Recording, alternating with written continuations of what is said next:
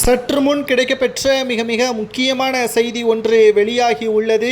திராவிட முன்னேற்ற கழகத்தின் தலைவரும் தமிழக முதல்வருமான ஸ்டாலின் அவர்கள் 2026 சட்டசபை தேர்தலில் எப்படியாவது வெற்றியடைய வேண்டும், இரண்டாவது முறை முதல்வராக பொறுப்பேற்க வேண்டும் என்று திமுகவின் நிர்வாகிகளிடமும் மூத்த அமைச்சர்களிடமும் கடுமையான அழுத்தத்தை கொடுத்து வருகிறார். எத்தனை கோடி செலவானாலும் பரவாயில்லை, தொகுதிகளில் வெற்றியடைய வேண்டும்.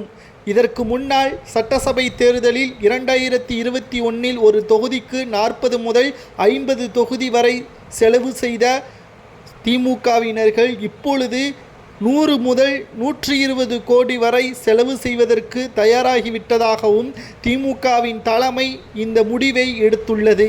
அது மட்டுமல்ல, எடப்பாடி பழனிசாமி அவர்களும் இந்த முறை திமுகவை எதிர்க்கட்சி அந்தஸ்தை கூட கிடைக்காமல் மக்கள் செயல்படுத்துவார்கள். 2011ஆம் ஆண்டு திமுகவின் நிலைமை 2026 வரும் என்றும், தேர்தல் ஆணைய அதிகாரிகள் திமுகவின் வேட்பாளர்கள் பணத்தை கொடுத்தால் உடனடியாக பறக்கும்படை அதிகாரிகள் தகுந்த தண்டனையை கொடுக்க வேண்டும். அந்த தொகுதியில் திமுகவின் வேட்பாளர் மீண்டும் போட்டியிடாதவாறு செய்ய வேண்டும் என்பதையும் எடப்பாடி பழனிசாமி அவர்கள் மனுவாக கொடுத்துள்ளார். அது மட்டுமல்ல, அது திமுக மட்டுமாக என்று நீங்கள் நினைக்கலாம்.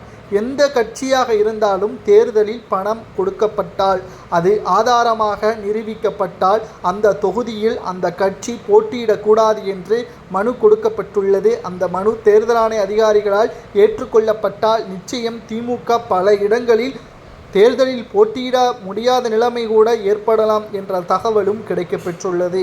தேர்தல் நேரத்தில் பணத்தை பட்டுவாடா செய்தால்தானே பிரச்சனை.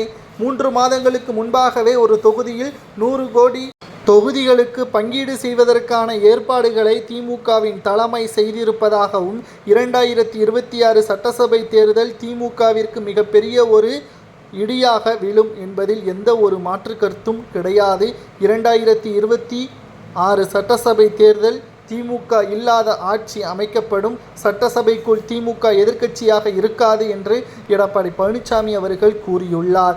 உங்களது கருத்துக்களை கூறுங்கள். மும்முனை போட்டி திமுக கூட்டணி, அதிமுக கூட்டணி, தமிழக வெற்றிக் கழகம் தனித்துதான் போட்டியிடக்கூடிய நிலைமை தற்பொழுது இருக்கிறது.